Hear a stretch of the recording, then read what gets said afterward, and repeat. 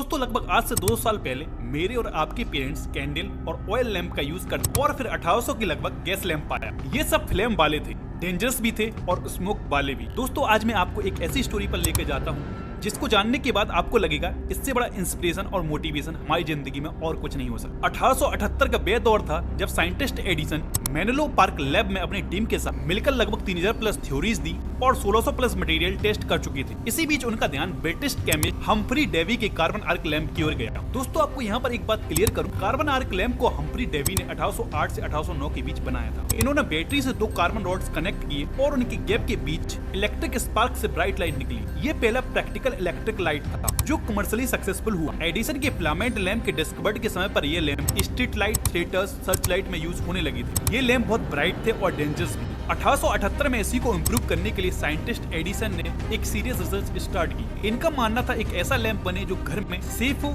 Long lasting हो और लो current पर चले, और ऐसा फिलामेंट बने जो गर्म होकर ग्लो करे, साथ ही ऑक्सीडाइज भी ना हो।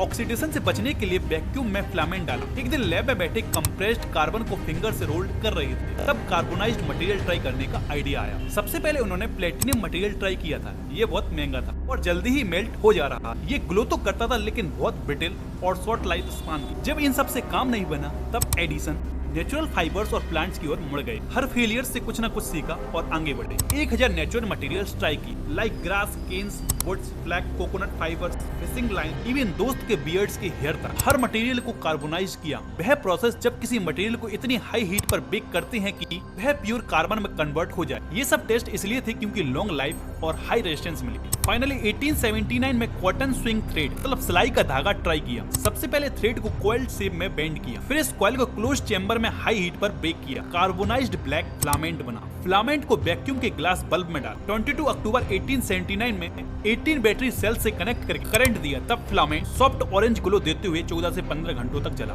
ये पहला प्रैक्टिकल सक्सेसफुल था। दोस्तों इस एक्सपेरिमेंट को सक्सेसफुल बनाने के लिए उन्होंने 6000 प्लस अलग अलग वेजिटेबल्स फाइबर, 1200 प्लस एक्सपेरिमेंट और 18 मंथ का समय, जिसमें लगभग $40,000 आज के हिसाब से करोड़ों खर्चा हुआ।